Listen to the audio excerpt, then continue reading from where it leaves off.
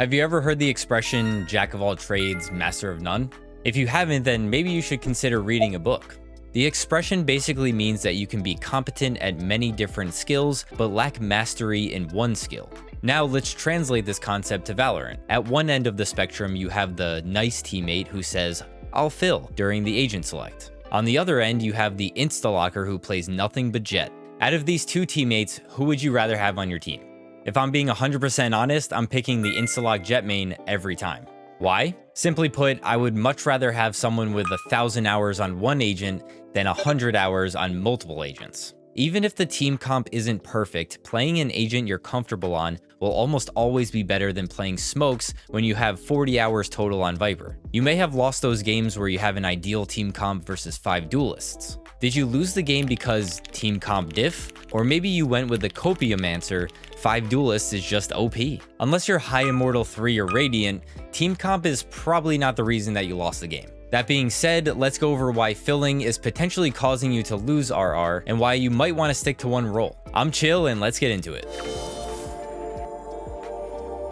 So if you're like me, you may have once thought that the selfless act of filling was a great thing. You are essentially saying to your teammates, you guys go ahead and play who you're comfortable on, I'm going to play whoever we need. Keyword, need. Remember this word for later. In theory, this is a good thing because you are filling in the gaps of what your quote-unquote good team comp is in Valorant. In most cases, a good ranked comp consists of every role, often including one smoke agent, one sentinel, 1 or 2 initiators, and 1 or 2 duelists. This changes at the pro level where you'll often see something like 2 controllers, a sentinel, initiator, and a duelist, for example. A good team comp can be important because each role brings something to the table that can help you win the game optimally. It also prevents your attack and defense from having holes or weaknesses. If you have 3 duelists, 1 smoke, and 1 sentinel, you're missing important utility like a drone or recon. In high ranks or pro play, your enemy will exploit the hell out of this weakness and make it really hard for you to play around that lack of utility. This is why you never see pro teams run 5 duelists. At this level of coordinated play, you need certain pieces of utility to play optimally against the opponent. Remember that word need? Let's talk about why you may not need an optimal team comp in ranked. Let's say Little Timmy here is gold 2. Is he playing optimally with his solo queue match-made team? Odds are probably not.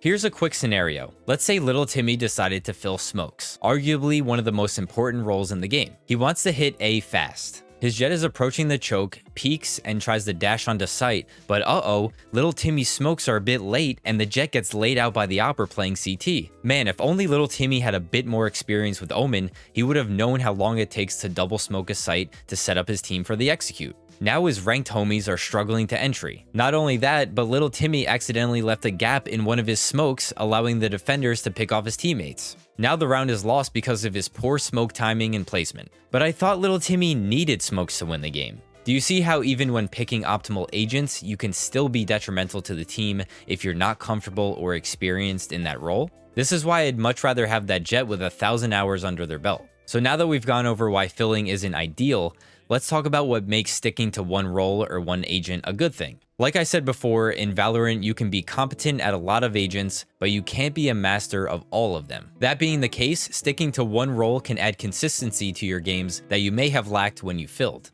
Although some of the agents within a role feel very different, the way you play it doesn't vary as drastically as it does between different roles. Viper and Omen are very different controllers. One is a setup agent with both a wall and a dome smoke. Another is a dome smoker with a blind and teleport. These abilities, aside from the dome smoke, are very different. However, the similarities lie in the playstyle. On attack, you want to set up your team and time your smokes with the execute. On defense, you want to put your smokes up to deny vision and make it hard for the enemy to take sight or defend during post-plant. When these factors remain the same, you only have to focus on practicing how individual abilities work, which is much easier than practicing a different playstyle entirely. Another reason sticking to one role works well is because you can focus on improving that role specifically and fine-tune that playstyle. The more experience you gain in one role, the better you can perform and the quicker you will gain RR. If filling is one side of the extreme, then one tricking is the other. While one tricking does seem like a bad thing due to certain agents not being optimal for certain maps, In most ranks, this won't really matter. In fact, I'm sure you've seen plenty of one-trick content creators make it to the highest ranks in the game